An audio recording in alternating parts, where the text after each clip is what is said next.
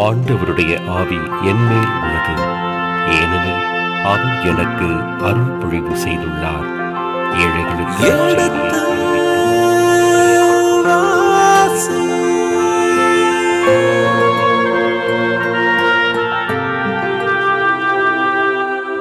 எடுத்து வாசி.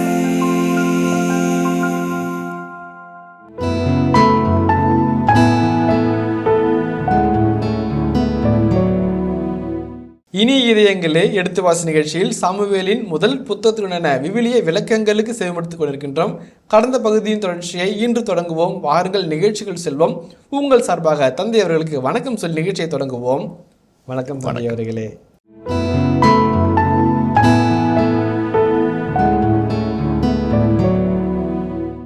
எங்க தலைவர் இருக்கிறாரு, அவரே ஒரு முரடனாகவும் இழிந்தவனாகிறார். அவர் யாரும் அவரோட பேச முடியாத அளவிற்கு தீய குணமுடையவராக இருக்கிறார் இந்த தலைவன், அந்த தலைவன். இப்ப இந்த 12 வார்த்தைகளிலே தாவீது எப்புறம், இந்த நாபால் மறுபுறம் என்று இரு பக்கமாக வைத்து நம்மை தராசில் வைத்து எடைபோட அழைப்பு விடுக்கிறார். முதலாவது காரியம். ரெண்டாவது 17, 34, 35 வாசிப்போமே. 1 சாமுவேல் 17, 34, 35.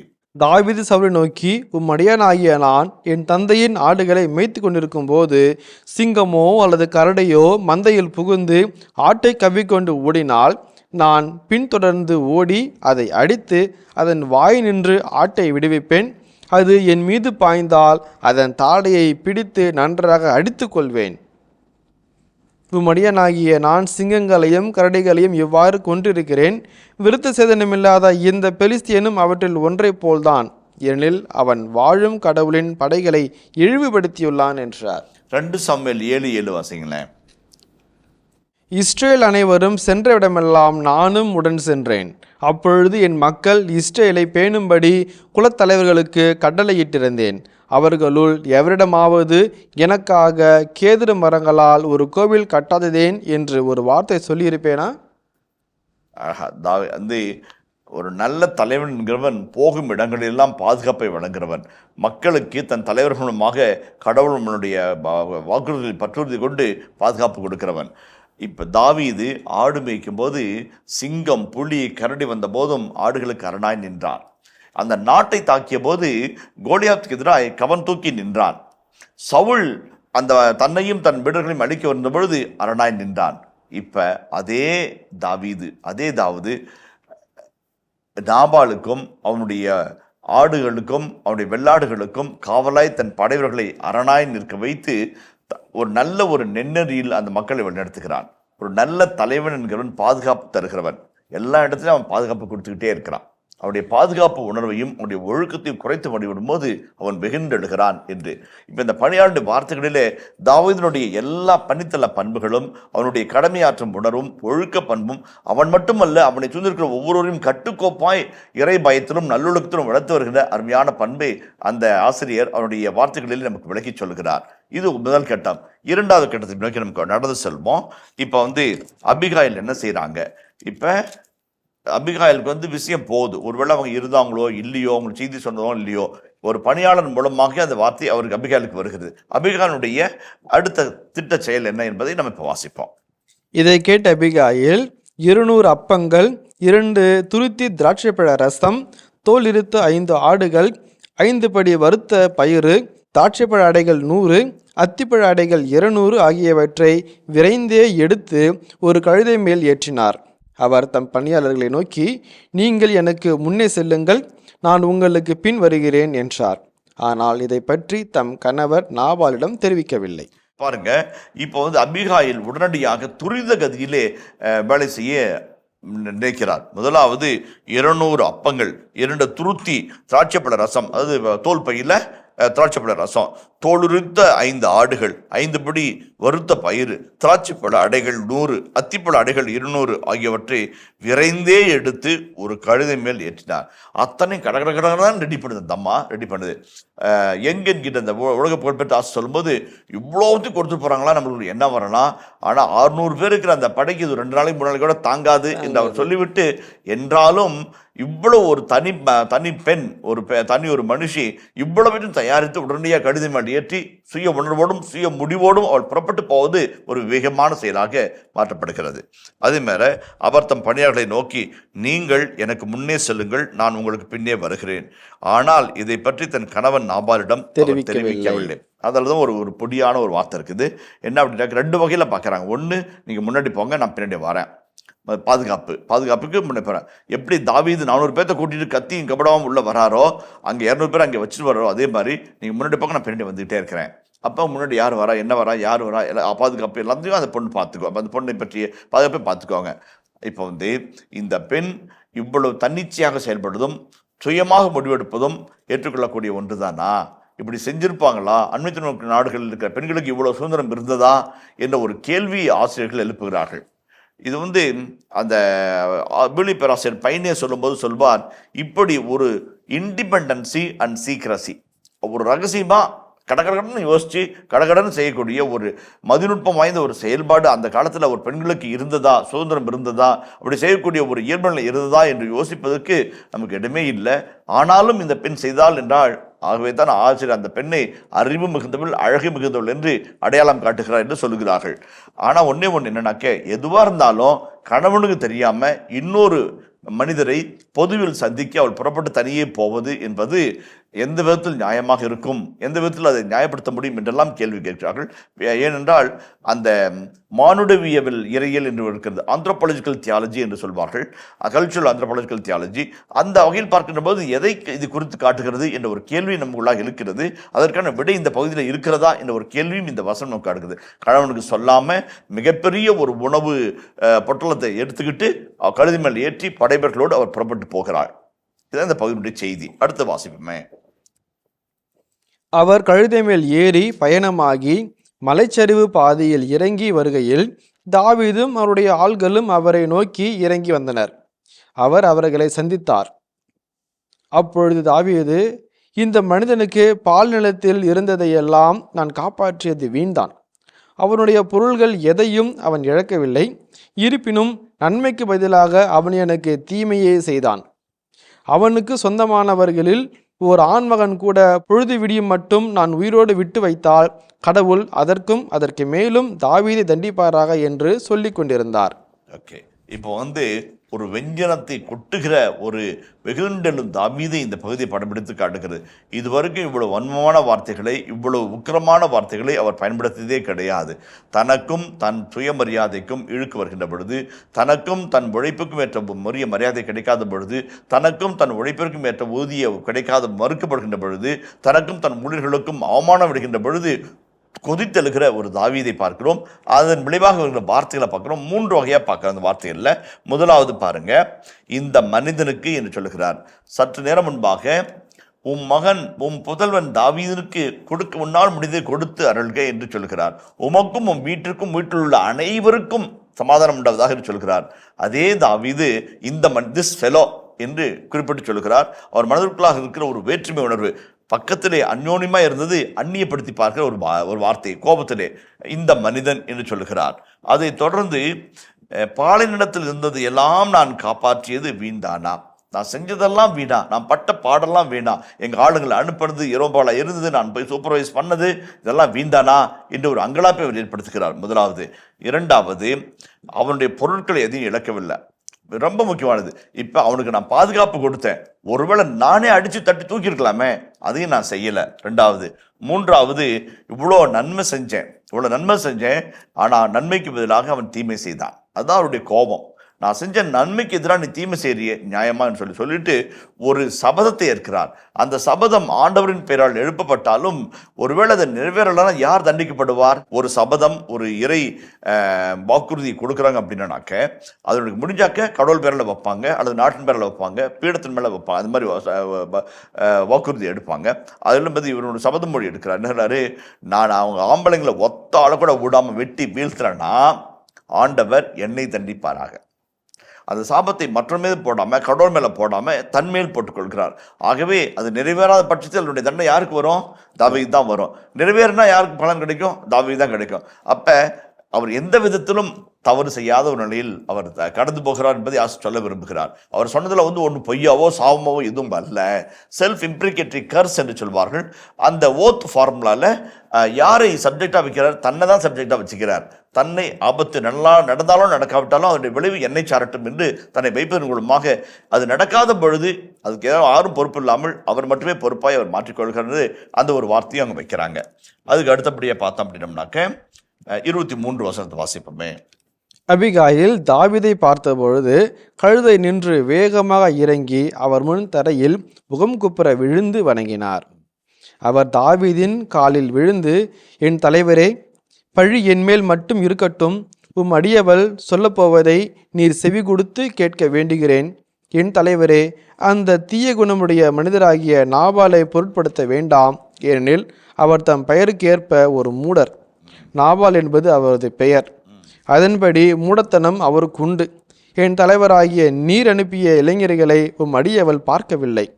இப்பொழுது என் தலைவரே, நீர் இரத்தத்தை சிந்தாதவாறும் நீர் உம் கையினால் பழிக்கு பழி வாங்காதவாறும் உம்மை தடுத்தவர் ஆண்டவரே. வாழும் ஆண்டவர் மேலும் உம் இருக்கையின் மேலும் ஆணை. உம் பகைவர்களும் என் தலைவராகிய உமக்கு தீமை செய்ய முயல்பவர்களும் நாபாலை போல் ஆவார்களாக. இப்பொழுது உம் அடியால் என் தலைவருக்கு கொண்டு வந்துள்ள காணிக்கைகளை ஏற்றுக்கொண்டு என் தலைவரின் அடிச்சுவற்றை பின்தொடரும் இவ்விளைஞர்களிடம் அளிப்பீராக. உம் அடியவள் குற்றத்தை மன்னிக்க வேண்டுகிறேன்.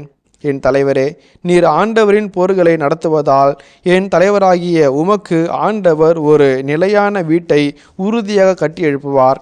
உம் வாழ்நாள் முழுவதும் எத்தீங்கும் உம்மை அணுகாது.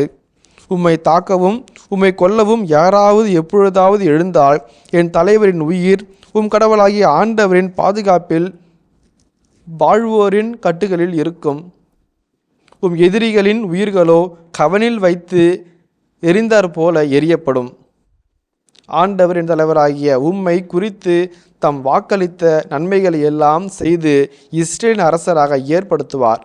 இப்பொழுது காரணமின்றி இரத்தம் சிந்தினது குறித்தோ என் தலைவர் பழிக்கு பழி வாங்குவது குறித்தோ என் தலைவருக்கு துயரமோ மன வருத்தமோ உண்டாகாது.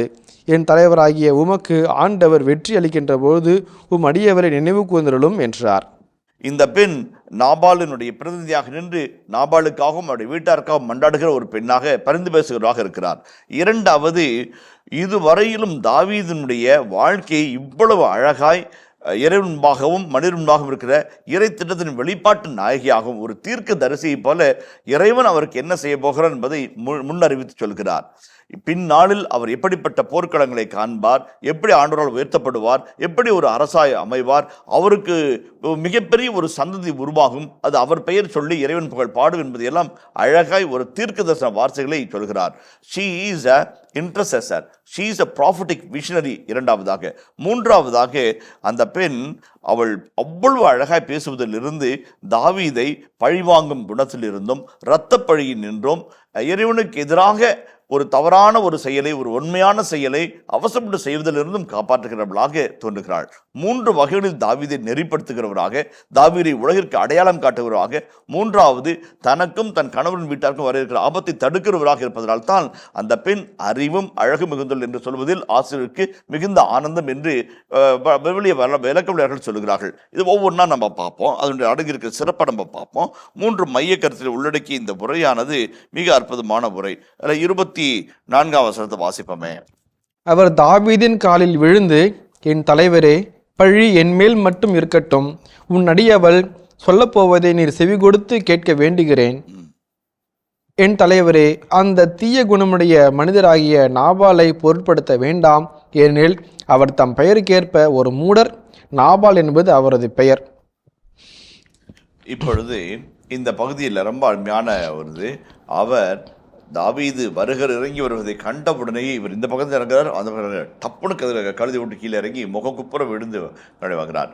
இவந்து ஒரு 3000 ஆடுகள் 1000 வெள்ளாடுகள் கொண்ட ஒரு தலைவனுடைய தலைவி. மிகுந்த பொருள் வளம், மிகுந்த செல்வாக்கு, மிகுந்த ஆசீர்வாதம், மிகுந்த ஒரு வாழ்க்கை இருந்தாலும் தனக்கு பாதுகாப்பு கொடுத்த ஒரு மனிதர்களுடைய தலைவர் வருகின்றவுடன் தன்னை தாழ்த்துகிறார். தன்னை தாழ்த்தி முகங்குப்புற விழுந்து வணங்குகிறார். அந்த செய்கையே அந்த மனிதனுடைய கோபத்தை ஆற்றுப்படுத்துவதாக அமைகிறது.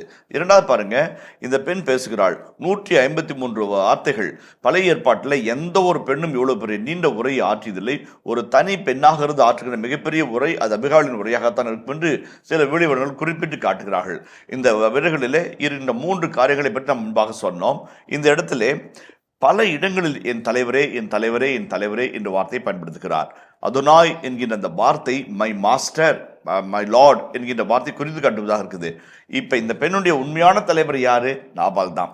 ஆனால் நாபாலை விடுத்து இவரை பற்றி உயர்வாக பேசுகிறார், என் தலைவரே என்று சொல்கிறார். இரண்டாவது, அது ஒரு வில்லன் ஒரு ஹீரோ இருக்கும்போது வில்லனை தவிர்த்து ஹீரோவை அப்ரிஷியேட் பண்ண அப்படின்னோம்னாக்க தானாக தான் எந்த கூடாரத்தை சார்ந்தவராக இருக்கிறோம் என்பதை அடையாளம் கட்டிக்கொள்ள முடியும். இரண்டாவது, தன் கணவனை பற்றி பேசும்போது அந்த மூடர், அவருக்கு பெயருக்கேற்ற மூடர் என்று சொல்லி போடுவார். மூடர் என்று சொல்லும்போது பெலியால் என்கிற வார்த்தையை பயன்படுத்துவார். அது ஒரு ஏற்கனவே அதை பற்றி நீதித்தொழில் புத்தகத்தில் நம்ம பெலியால் சன்ஸ் ஆஃப் பெலியால் என்கின்ற அந்த வார்த்தையை நம்ம பயன்படுத்தி பார்க்கிறோம். இந்த இடத்துல ஒரு மூடர் குலாமினுடைய தலைவனாக நாபாலை அந்த பெண் பார்க்கிறார். இரண்டாவது.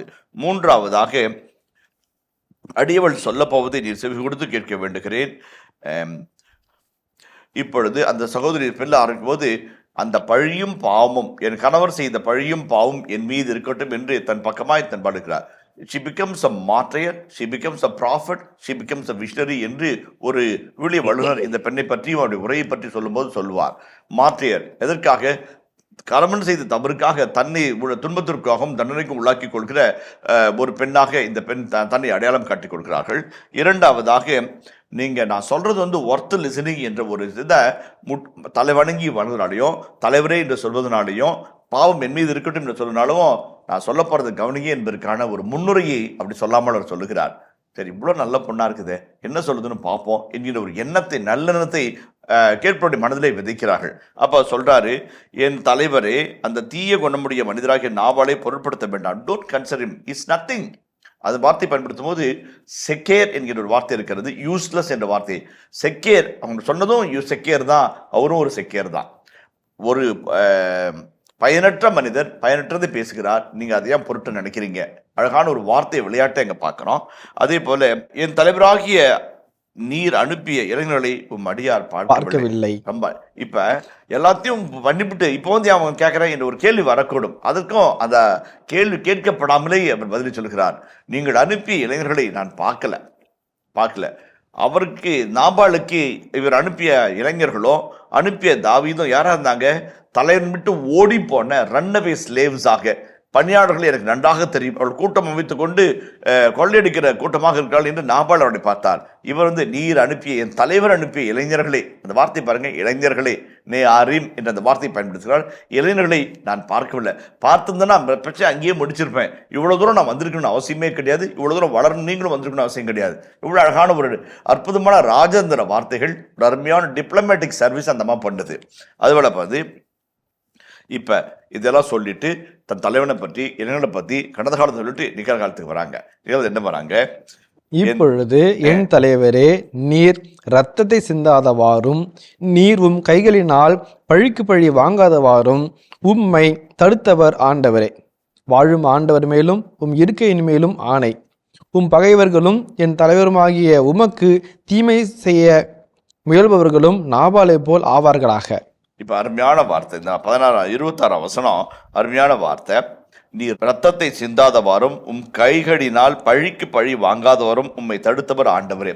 இந்த பொண்ணு தடுக்குது. ரத்தம் சிந்தாதவாறும் பழிக்கு பழி வாங்காதவர் இந்த பொண்ணு தடுத்தவர் ஆண்டவர் தான், என்னை இங்கே அனுப்பியது ஆண்டவர் தான் என்று சொல்லாமல் சொல்லுகிறது. முதல் காரணம். ரெண்டாவது, ஏன் ரத்தம் சிந்தக்கூடாது, ஏன் பழிக்கு பழி வாங்கக்கூடாது என்ற ஒரு கேள்விக்கு அழகான ஒரு விடையை இந்த பெண் தன்னுக்குள்ளாக கொண்டிருக்கிறதாக நான் நினைக்கிறேன். உதாரணத்திற்கு லேவியர் புத்தகம் 19ஆம் அதிகாரம் 13ஆம் வசனத்தை வாசிப்போமே. அடுத்து இருப்பவரை ஒடுக்கவோ அவருக்கு உரியதை கொள்ளையிடவோ வேண்டாம். வேலையாளின் கூலி விடியும் வரை உன்னிடம் இருத்தல் ஆகாது. அடுத்திருப்பவரை ஒடுக்கவோ அடுத்தவர்களை நசித்து ஏமாற்றி பிழைக்கவோ அவர்கள் கொடுக்க வேண்டிய கூலியை விடியற்காலை வைத்திருப்பதோ ஆகாது. இப்ப நாபால் சுவரை போல இருந்து காவல் காத்த இவர்களும் தீங்கு நினைக்காது நல்ல மனதோடு நடந்து கொண்ட இவர்களுக்கு ஏதாவது ஒரு வகையில் கொடுத்து உதவணும், அப்படி ஊதியத்தை கொடுக்கணும். கூலி கொடுக்காமல் இருப்பது நியாயம் அல்ல என்பது சட்டம் சொல்லுகிறது, தோரா சட்டம் சொல்லுகிறது. இறைச்சட்ட நூல் 24:15 வாசிப்போமே. அவரது கூலியை அந்தந்த நாளில் கொடுத்துவிடு, கதிரவன் மறையும் முன்னே கொடு, ஏனெனில் அவர் வறியவராய் இருப்பதால் அவரது பிழைப்பு அதில் அடங்கியுள்ளது. இல்லையெனில் உனக்கு எதிராக ஆண்டவரை நோக்கி முறையிடுவார், அப்பொழுது அது உனக்கு பாவமாகும். பாவம் செய்தார் யாரு? நாபால் பாவம் செய்தார். கொடுக்க வேண்டிய கூலியை, கொடுக்க வேண்டிய சன்மானத்தை, கொடுக்க வேண்டிய பரிசை கொடுக்காமல் அவர் பாவம் செய்தார். இப்ப இந்த பாவத்துக்கு சம்பளம் மரணம். இப்ப தாவீது அவர் கொல்ல போறது நியாயம்தான். ஆனா அதே தோரா சொல்லுகிறது 19ஆம் அதிகாரம் லேவியர் புத்தகம் 18 வசனத்தை வாசிப்போமே. பழிக்கு பழி என உன் இனத்தார் மேல் காழ்ப்பு கொள்ளாதே, உன் மீது நீ அன்பு கூறுவது போல் உனக்கு அடுத்திருப்பவர் மீதும் அன்பு கூறுவாயாக, நான் ஆண்டவர். இணைச்சட்ட நூல் 32:35 வாசிப்போமே. பழி வாங்குவதும் கைமாறளிப்பதும் எனக்கு உரியன, உரிய நாளில் அவர்களின் கால்கள் தள்ளாடும், அவர்களது அழிவு நாள் அண்மையில் உள்ளது. பாருங்க, கொடுக்காத கூலிக்காக கடவுளுடைய தண்டனை வரும் என்று தோரா சொல்லுகிறது.